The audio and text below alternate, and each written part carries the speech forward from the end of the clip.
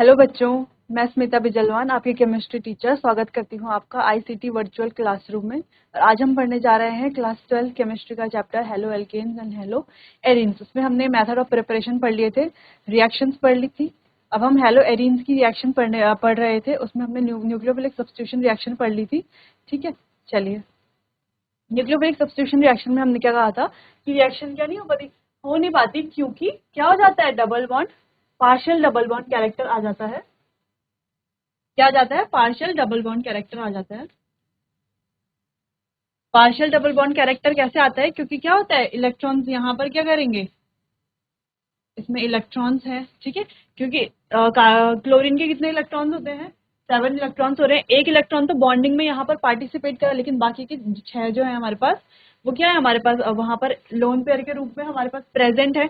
ठीक है, तो वो क्या करेंगे, यहाँ पर अटैक करेंगे, जिस वजह से यहाँ पर क्या आएगा, पार्शियल डबल बॉन्ड कैरेक्टर आ जाएगा रेजोनेंस की वजह से। ठीक है, किस वजह से? रेजोनेंस की वजह से। फिर हमने सेकंड पॉइंट पढ़ लिया था हाइब्रिडाइजेशन की वजह से, कि क्या है इसकी हाइब्रिडाइजेशन, क्या sp2 है, इसकी हाइब्रिडाइजेशन क्या है, sp3 है। यानी कि sp2 में जो s कैरेक्टर है वो 33% है, और sp3 में s कैरेक्टर कितना है हमारा, 25%। यानी कि जितना ज्यादा s कैरेक्टर होगा वो उतना ज्यादा इलेक्ट्रोनेगेटिव होगा, वो उतना टाइटली क्या करेगा, इलेक्ट्रॉन पेयर्स को पकड़ के रखेगा और बॉन्ड ब्रेक होने नहीं देगा। इसीलिए यहाँ पर क्या होता है, कि ज्यादा इलेक्ट्रोनेगेटिव होता है, ये कार्बन क्या होगा, ज्यादा इलेक्ट्रोनेगेटिव होगा, जिस वजह से वो क्या करेगा, उन इलेक्ट्रॉन पेयर्स को होल्ड करके रखेगा, हैलोजन के साथ क्या रखेगा, बॉन्ड बना के रखेगा, और क्या ब्रेक नहीं कर पाएगा। ठीक है, चलिए अगला है रिप्लेसमेंट बाय हाइड्रोक्सिल ग्रुप। अगली रिएक्शन क्या है हमारी, यानी कि इसमें क्या होता है, अब हमने ये तो अभी हमने पढ़ा, ये हमने क्या पढ़ा कि यहाँ पर रिएक्शन नहीं हो रही, लेकिन अब ये क्यों बोल रहा है कि रिएक्शन हो रही, रिएक्शन हो सकती है कैसे, जब हम क्या करें, टेम्परेचर और प्रेशर को क्या कर दे, इंक्रीज कर दे। अब यहाँ पर हम देख रहे हैं NaOH के साथ टेम्परेचर 623 के और प्रेशर हमारा 300 ATM ले लिया। ठीक है, क्या ले लिया हमने, टेम्परेचर प्रेशर को क्या कर लिया, इंक्रीज कर दिया, जिस वजह से क्या होगा, हमारा सीएल ग्रुप, सीएल क्या है जो हमारा, सीएल क्या जो हमारा क्या बेस्ट लिविंग ग्रुप है ना, हमारा बेस्ट लिविंग ग्रुप, ये क्या करेगा, अपना यहाँ से एक इलेक्ट्रॉन लेकर के क्या हो जाएगा, लीव करेगा, और हमारा OH आयन यहाँ पर आ जाए, OH हमारा आ जाएगा, और हमारी रिएक्शन हो जाएगी। ठीक है, चलिए ये तो हमने देख लिया कि क्या टेम्परेचर इंक्रीज करके और प्रेशर इंक्रीज करके हम क्या कर सकते हैं, ये रिएक्शन कैरी फॉरवर्ड करा सकते हैं। लेकिन क्या कोई और तरीका भी है इस रिएक्शन को कैरी कराने का या आगे बढ़ाने का, कोई और तरीका भी है? देखिए, अगर हम इसमें कोई इलेक्ट्रॉन विड्रॉइंग ग्रुप लगा दे, इलेक्ट्रॉन विड्रॉइंग ग्रुप लगा दे, है ना, जो क्या करेगा, इलेक्ट्रॉन विड्रॉ करेगा। ठीक है, यानी कि रिंग में क्या करेगा, क्या क्रिएट करेगा, रिंग में क्रिएट करेगा रिएक्टिविटी।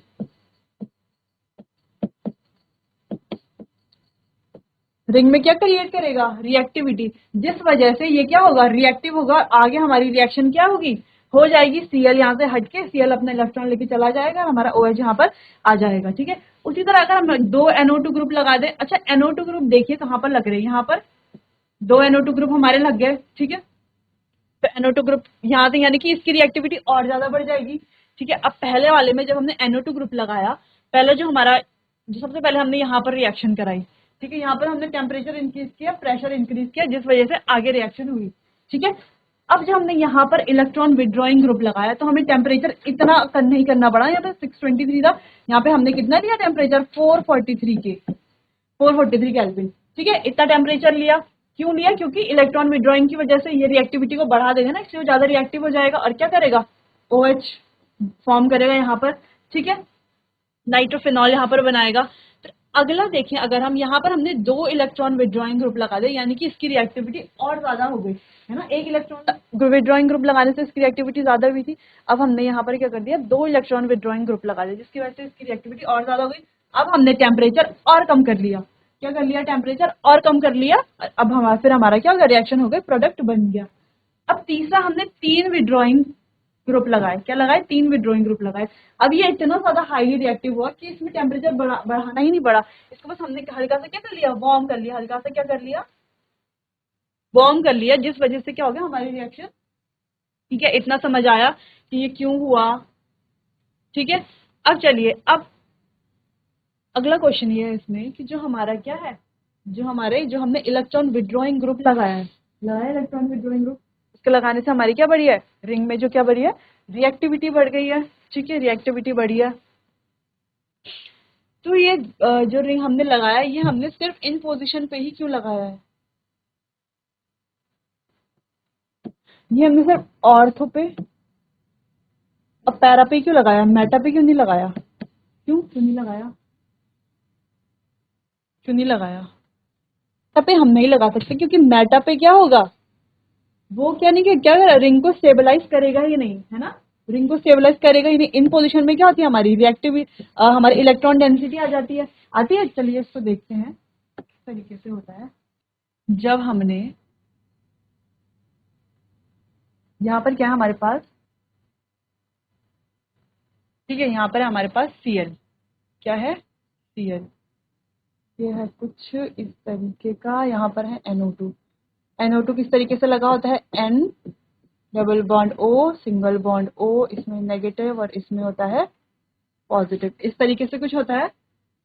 अब हम इसका आगे रेजोनेटिंग स्ट्रक्चर जब हम बनाएंगे तब हम क्या देखेंगे, क्लोरीन में क्या है, लोन पेयर्स है लोन पेयर।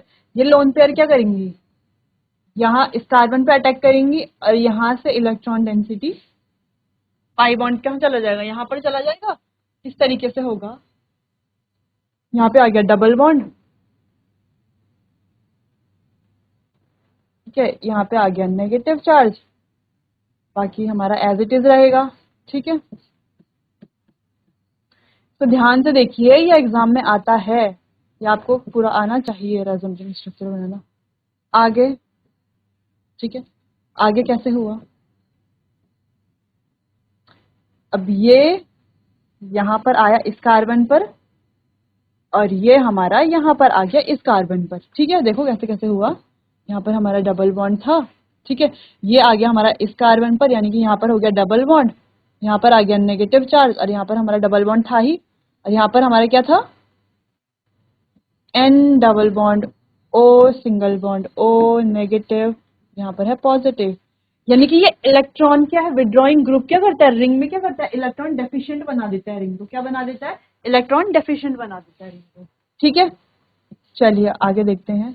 आगे क्या होगा, ये जो नेगेटिव चार्ज है, ये नेगेटिव चार्ज इस कार्बन पे अटैक करेगा, है ना, और ये उठकर कहाँ चला जाएगा, डबल बॉन्ड यहाँ पर। ठीक है, चलिए कैसे हुआ ये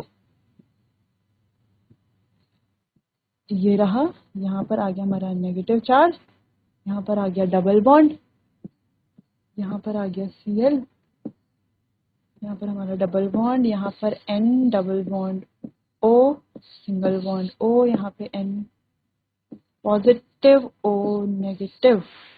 ठीक है, इस तरीके का कुछ ये हुआ हमारा, यानी कि हमने क्या देखा, जो हमारी इलेक्ट्रॉन डेंसिटी है वो सिर्फ कहाँ पर आ रही है, ऑर्थो पोजीशन पे, पैरा पोजीशन पे और मेटा ऑर्थो पोजीशन पे, है ना। यानी कि सिर्फ ऑर्थो और पैरा पोजीशन पे क्या आ रही है, हमारी जो इलेक्ट्रॉन डेंसिटी है वो सिर्फ ऑर्थो और पैरा पोजीशन पे आ रही है। इसलिए जो हम इलेक्ट्रॉन विड्रॉइंग ग्रुप लगाएंगे वो सिर्फ ऑर्थो और पैरा पोजीशन में लगाएंगे। या हम ये बोल सकते हैं कि जो Cl है हमारा वो क्या होता है, ऑर्थो पैरा डायरेक्टिंग होता है। क्या होता है, ऑर्थो पैरा डायरेक्टिंग होता है। ठीक है, चलिए आगे देखते हैं। The effect of pronounced when NO2 group is introduced as ortho and para position. However, no effect on reactivity of haloarenes is observed by the presence of electron withdrawing group at meta position.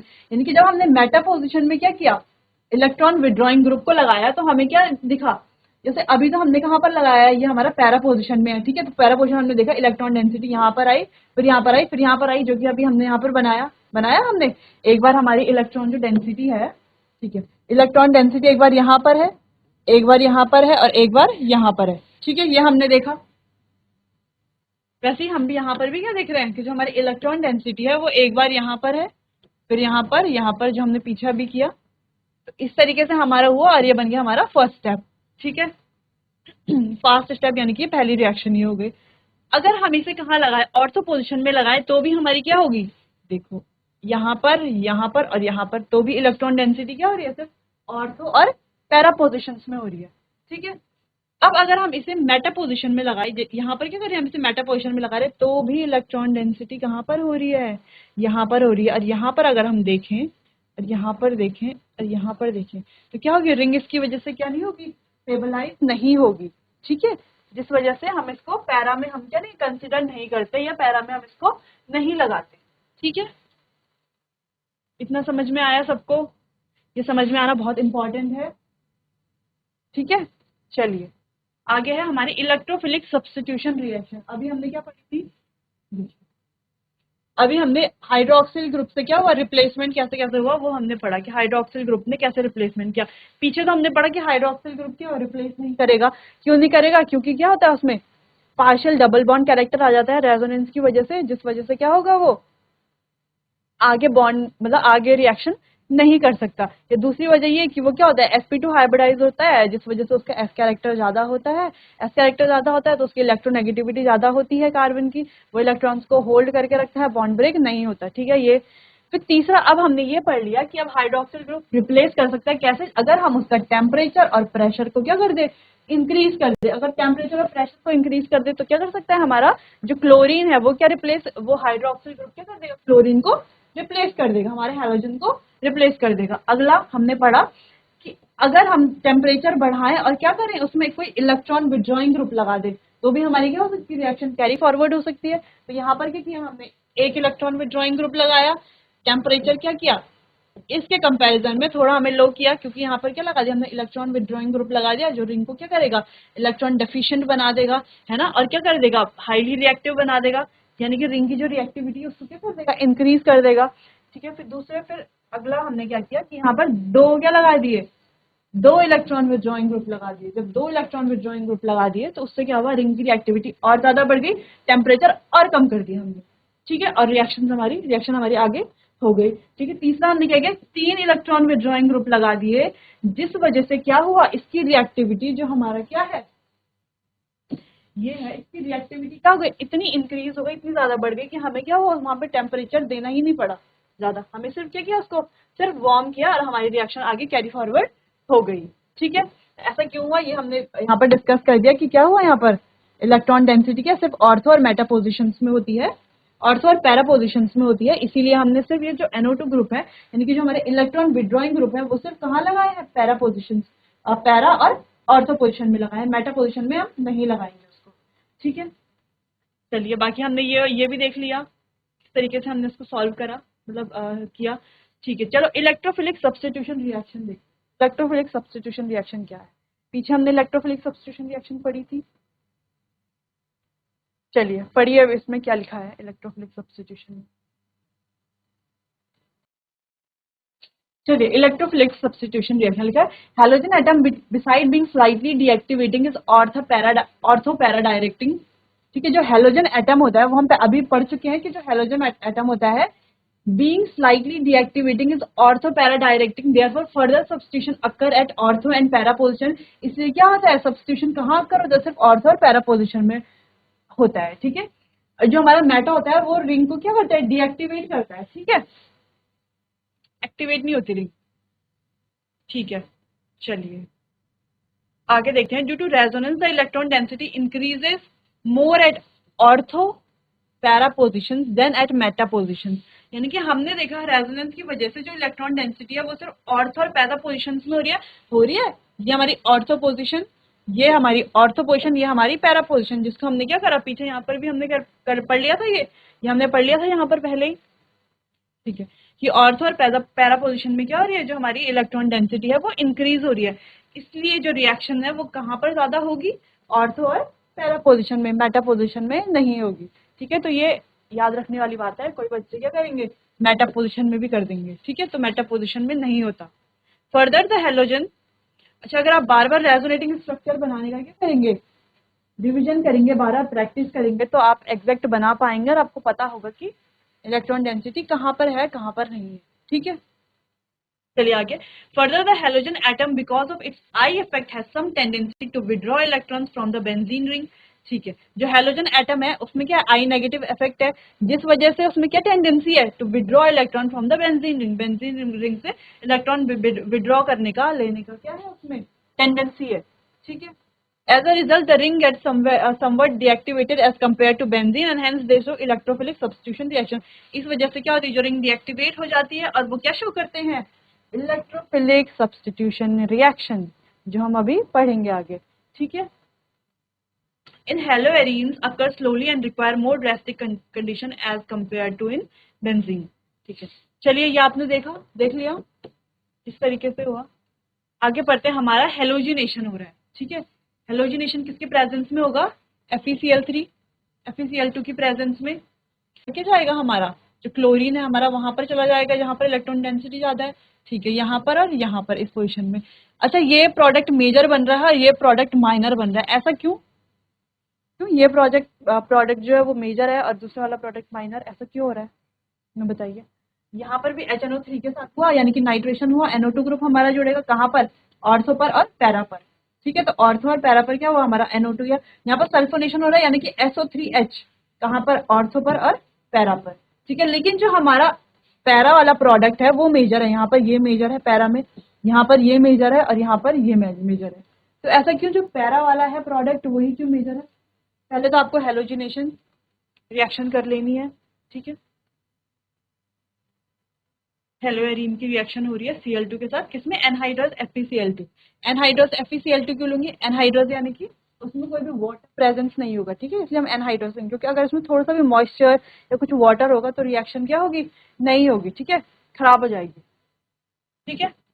चलिए इसलिए हम क्या लेंगे? Anhydrous FeCl2 लेंगे यहाँ पर।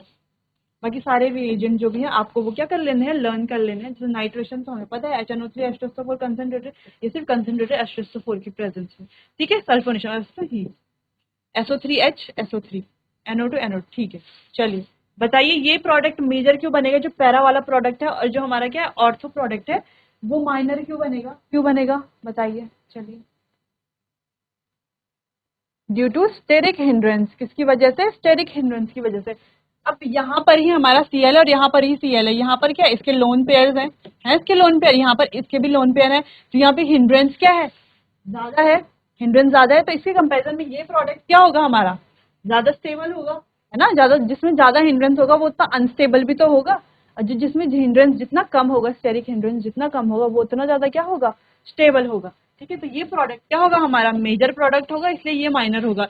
इसीलिए यहाँ पर भी ये प्रोडक्ट मेजर होगा, क्योंकि यहाँ पर देखे N पे double double bond O, single bond O, negative positive, तरीके से बड़ा स्ट्रक्चर होगा, ठीक है। ये क्या होगा? ये वाला प्रोडक्ट हमारा मेजर होगा, यहाँ पर भी हमारा ये वाला प्रोडक्ट क्या होगा? मेजर प्रोडक्ट होगा। इतना समझ में आया? ये रिएक्शंस आप अपनी कॉपी में नोट कीजिए। चलिए आगे देखते हैं। आगे हमारे पास फ्रीडल क्राफ्ट रिएक्शन, ये है एल्काइलेशन और ये है एसाइलेशन। यहाँ पर क्या हो रहा है? ये क्या होगा? एनहाइड्रस AlCl3 की प्रेजेंस में होगा, हम एनहाइड्रस AlCl3 ही लेंगे, क्योंकि अगर क्या होगा उसमें हल्का भी मॉइस्चर होगा तो रिएक्शन गलत हो जाएगी, ठीक है, रिएक्शन गलत हो जाएगी, ठीक है। इसीलिए अब क्या होगा? हमारा रिएक्शन आगे कैरी फॉरवर्ड होगा जैसे हम करते ही हैं। यहाँ पर आ जाएगा हमारा CH3, एक बनेगा ऑर्थो, एक बनेगा पैरा। जो पैरा प्रोडक्ट होगा वो हमारा मेजर प्रोडक्ट होगा ड्यू टू स्टेरिक हिंड्रेंस, है ना, due to less steric hindrance. इसके कंपेरिजन में इसके यहाँ स्टेरिक हिंड्रेंस नहीं है ना, ऑर्थो में बन रहा है, यहाँ पर ऑर्थो में बन रहा है, यानी कि इसके पास में ही बन रहा है। यहाँ पर क्या बन रहा है? पैरा में बन रहा है, ठीक है। वैसे क्या होगा हमारा ये?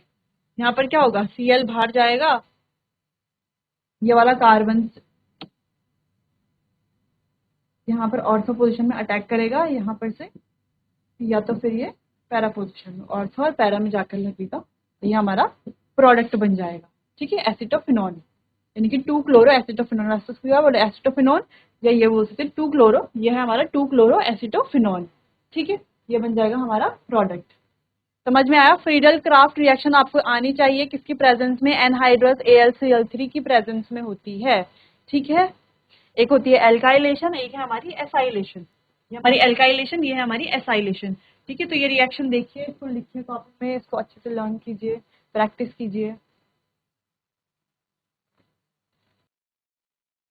चलिए आगे देखते हैं।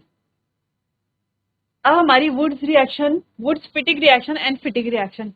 वुड्स रिएक्शन तो कुछ सुना सुना लग रहा है, हमने प्रीवियस लेक्चर में पढ़ी थी वुड्स रिएक्शन, पढ़ी थी वुड्स रिएक्शन। क्या होती है वुड्स रिएक्शन?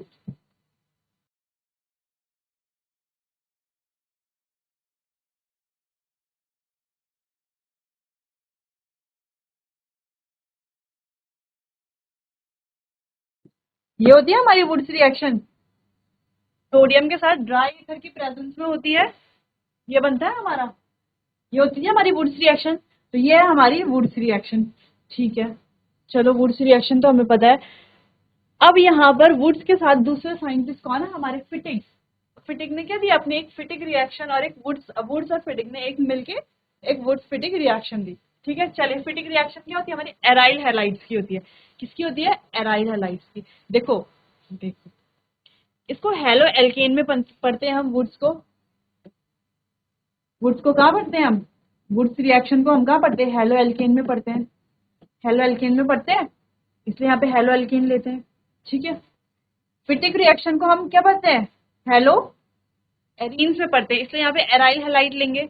लिया हमने यहाँ पे aryl halide plus Na ether की प्रेजेंस में सेम प्रोडक्ट बन जाएगा। सेम प्रोडक्ट जैसे हमारा वुड्स में बनता था वैसे हमारा फिटिक में भी सेम प्रोडक्ट बनेगा। बनेगा वुड फिटिक में भी सेम प्रोडक्ट बनेगा, बिल्कुल बनेगा फिटिक में भी सेम प्रोडक्ट। वैसे हमारी जो वुड्स फिटिक रिएक्शन है, अब इसमें वुड्स और फिटिक दोनों यानी कि एक हमारा एराइल हैलाइड और एक हमारा एल्काइल हैलाइड, ठीक है। तो हमारा एराइल हैलाइड और एल्काइल हैलाइड यहाँ पर क्या होंगे, एक साथ आएंगे ड्राई ईथर की प्रेजेंस में Na के साथ क्या बनाएंगे, हमारा कंपाउंड बनाएंगे, ठीक है। क्या बनाएंगे, हमारा कंपाउंड बनाएंगे। तो इस तरीके से हमारा कंपाउंड बनेगा। अच्छा ये तीनों रिएक्शन क्या है, आपस में क्या है, कनेक्टेड है एक तरह से। देख सकते हैं हम तीनों लगभग सेम है, थोड़ा थोड़ा बस थोड़ा थोड़ा कुछ कुछ चीजें क्या करनी है इनमें रिमेंबर रखनी है हमको। जैसे ये एल्कीन हेलो एल्कीन के साथ होगा 2Na ड्राई ईथर के उसमें प्रेजेंस में, ये बन गया हमारा प्रोडक्ट, ठीक है। वैसे यहाँ पर क्या होगा, एराइल हैलाइड के प्रेजेंस में, एराइल हैलाइड के साथ होगा सेम Na और ड्राई ईथर की प्रेजेंस में सेम हमारा प्रोडक्ट बनेगा, बनेगा हमारा प्रोडक्ट, ठीक है। वुड्स और फिटिक रिएक्शन में क्या होगा, जो वुड्स का है हमारा और फिटिक का, ठीक है, वुड्स का एराइल हैलाइड और यहाँ पे हेलो एल्केन को क्या होगा, दोनों की रिएक्शन होगी Na और ड्राई ईथर के प्रेजेंस में और हमारा बन जाएगा प्रोडक्ट, ठीक है। बोल रहा है वुड्स रिएक्शन में, अब वुड्स फिटिक में a mixture of an alkyl halide and aryl halide gives an alkyl arene. इसको क्या बोलेंगे हम, एल्काइल एरीन। क्या बोलेंगे, एल्काइल एरीन। जो ये प्रोडक्ट है ये क्या है हमारा, alkyl arene. When treated with sodium in dry ether, यानी कि सोडियम के साथ ट्रीट करेंगे इसको, किसके प्रेजेंस में, ड्राई ईथर के साथ, and is called Wurtz Fittig reaction, और ये कहलाई जाती है हमारी वुड्स फिटिक रिएक्शन। तो ये तीन रिएक्शन है, जो हमारी वुड्स रिएक्शन है, वुड्स फिटिक रिएक्शन है और फिटिक रिएक्शन है। तीनों रिएक्शन को आप याद कर लेना अच्छे से, क्योंकि एक थोड़ा क्या है कंफ्यूजिंग रिएक्शन है, ठीक है।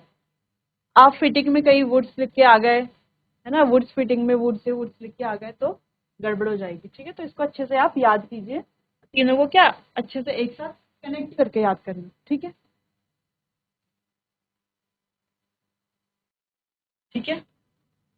चलिए, एक होते हैं हमारे डाइक्लोरोमीथेन और एक होते हैं हमारे ट्राइक्लोरोमीथेन, ठीक है।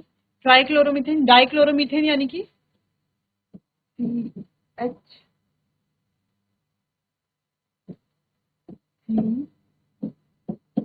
CH HCl और Cl H, ये हो गया। हम क्या बोल सकते हैं, CH2Cl2, ठीक है। ये होते हैं हमारे क्या, डाई क्लोरोमीथेन, है ना, इसमें दो क्लोरो है हमारे, ठीक है। Use as a solvent as अच्छा, इसमें यूजेस क्या होते हैं, जो हमारे पॉलीहेलोजन कंपाउंड होते हैं। अभी तक तो हम सिंगल हेलोजन वाले कुछ कंपाउंड पढ़ रहे थे, ठीक है ना।